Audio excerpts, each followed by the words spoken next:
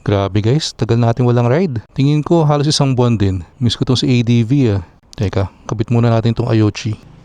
And meron na rin palang weatherproof cap tong cable. Kaya safe na safe kahit wala yung device.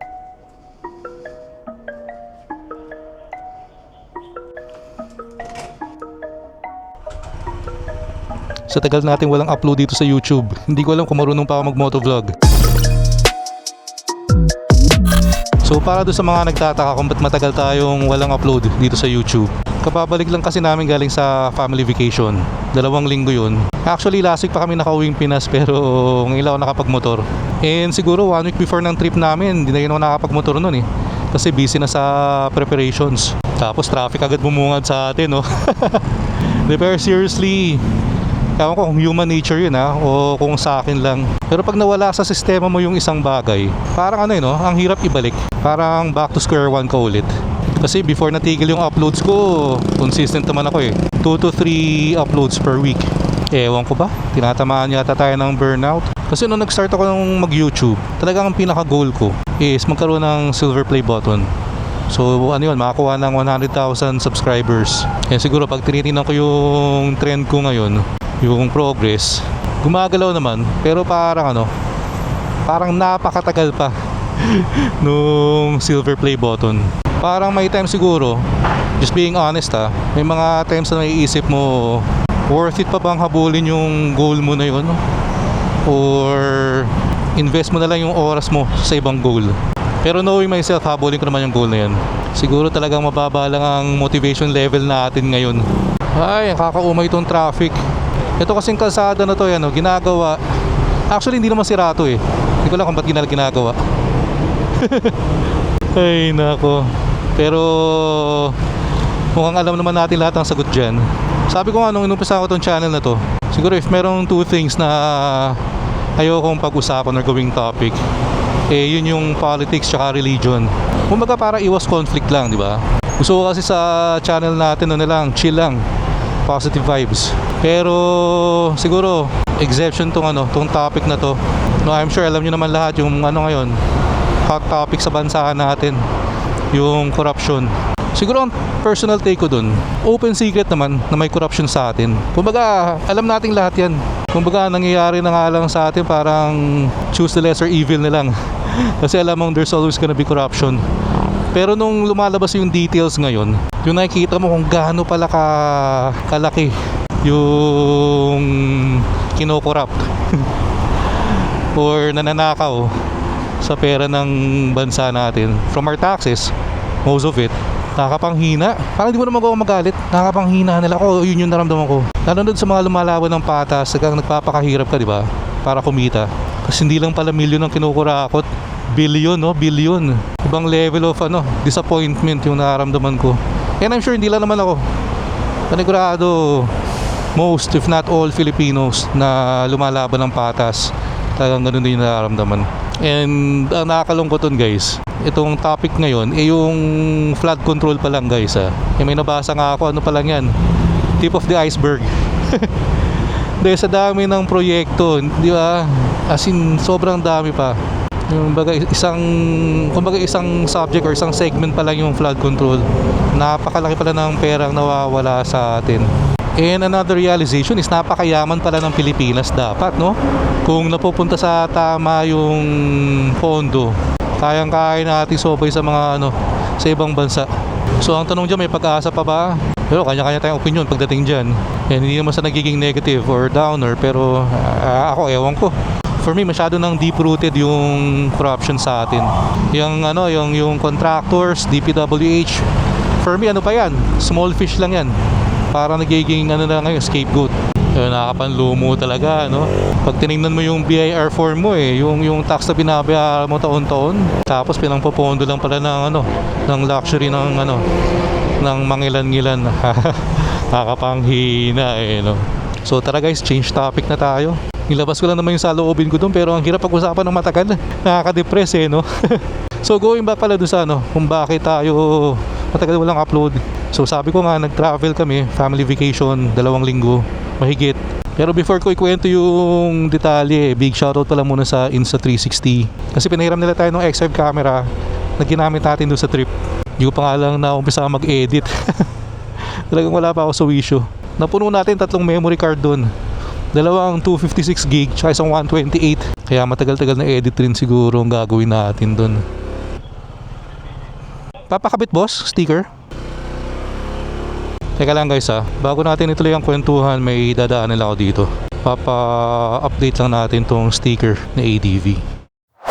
So tapos na tayo dito. Nagpakabit lang tayo ng 2025 na sticker. So tara, kwento ko na sa inyo guys yung bakasyon namin. So first time naming pumuntang Europe, pamilya. So una naming stop London.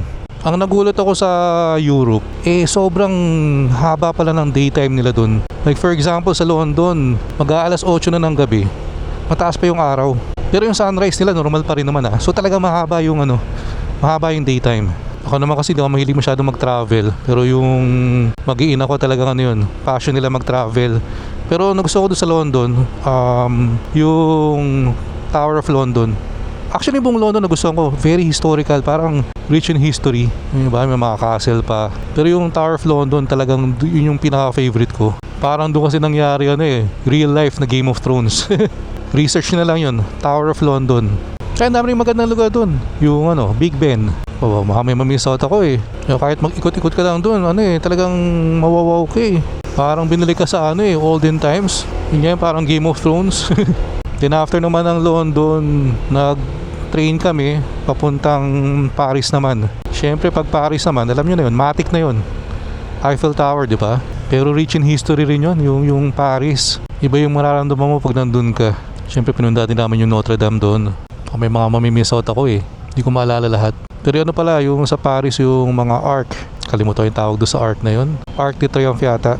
Mga may nagpipicture pa yung sa gitna ng kalsada. Then sa Paris lang ako nakapag doon sa lahat ng pinuntahan namin, sa Paris lang ako nakapag-shoot ng medyo motorcycle content kasi nabisita ko yung Yamaha Paris. Sayang yung Honda, sarado ng pumunta ako. Pero ang dami ko rin kasi nakikita Honda scooters, motorcycles doon sa Paris, kaya yan sayang. Hindi natin na-feature yung showroom nila. And after Paris, naman kami, eroplano papuntang Zurich naman, Switzerland. Pero obvious na yung biyahe, wala pang 2 hours. Sa Switzerland naman, sandali lang kami doon, 3 days lang. Ang pinaka-pinuntahan namin doon is yung Lucerne. Sobrang scenic ng lugar na yun, grabe. Pero masasabi ko lang sa Switzerland, siya na yata ang pinakamahal na bansa sa buong mundo. I'm not sure pero grabe. Yung maliit na Coke nila doon, I think 5 euro, so around 350 pesos. Yung pinakamaliit lang yun na ang halaga lang naman sa ibang bansa, parang 1 to 2 euros lang. Pero very good food.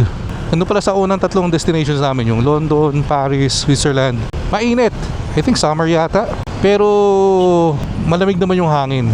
So hindi pa rin init ng Pinas. Pero yung last stop namin sa Rome, Italy. Siyempre kami, Vatican City. And yun talaga yung pinaka reason ng travel namin. Yung parang Jubilee year. Yun yung every 25 years binubuksan yung Holy Doors. So 4 na simbahan yun sa Rome. Actually 3 sa Rome kasi yung Vatican City sariling country siya. Yung sa St. Peter's Basilica. And medyo marami ring turista nung time na pumunta kami kasi syempre kasi every 25 years lang yun. So ang kailangan ko dadaan ka dun sa Holy Door.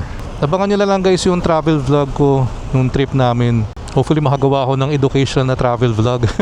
Medyo nag-enjoy ako sa trip na yon. Hindi siya yung usual na trip na shopping kasi hindi ka makapag-shopping kasi sobrang mahal. Parang pag convert mo mas mahal pa sa Pinas Talagang yung trip din is more of yung scenery, yung view, yung history.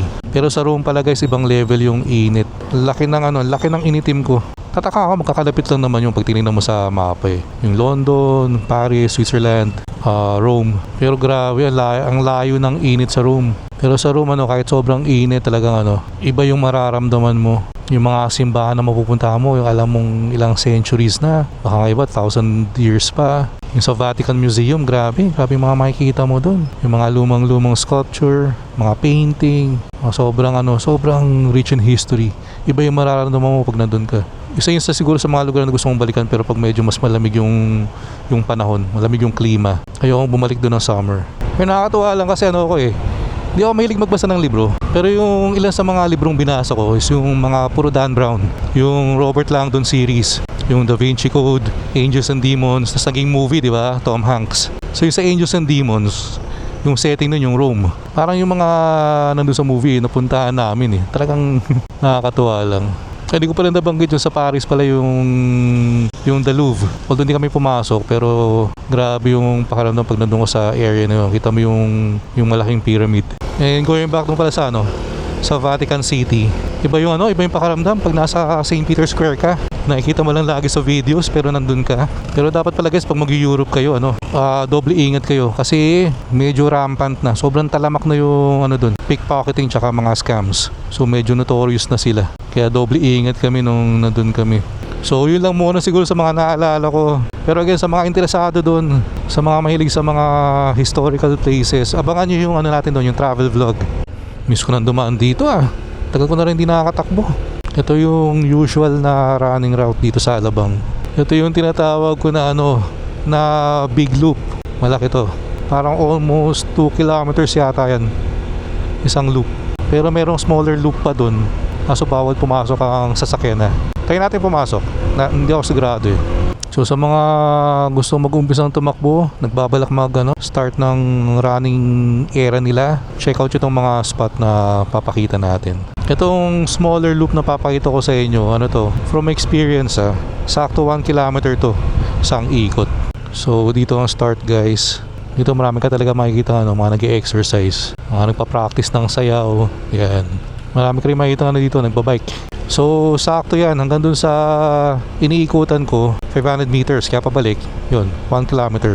Sa panahon kasi ngayon talaga kailangan mag-invest din tayo sa health natin. Kung hindi ka nakapag-gym, yung running good alternative yun, lalo na kung hindi ganun kaganda ang diet mo di ba? Sa panahon ngayon panay preservatives na Guys, quick plugging lang din pala ako Since I'm also doing YouTube shopping, guys, sa mga interesado dito sa side mirror natin, yan, winglet side mirror, napakaangas, napaka-forma. Hindi po tumutupi yan, kahit i-review mo sa mga videos ko.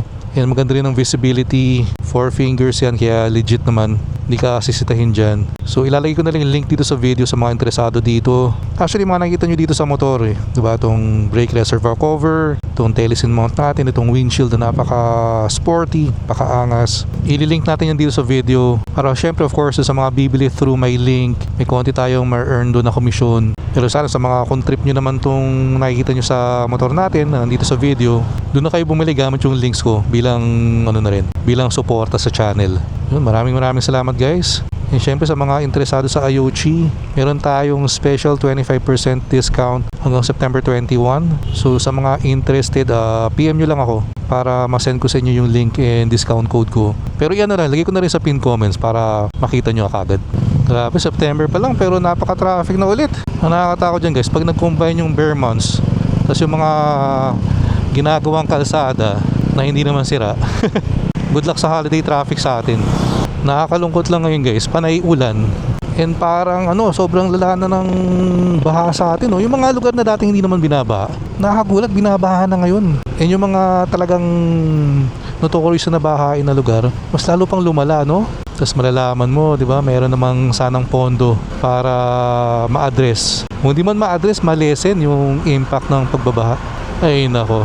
Minsan maaawa ka na lang talaga sa Pilipinas. May ibang nagsasabi ang hirap mahalin ng Pilipinas. Ako naaawa sa Pilipinas. Nakakaawa kasi marami tayong resources Matatalino rin naman ng mga Pilipino. Problema lang talaga hindi na gagamit sa tama most of the time. Sensya na kung medyo nagiging downer tong video natin Wala kasi may mga issue talaga na hindi rin naman natin pwedeng hindi pansinin, hindi pag-usapan.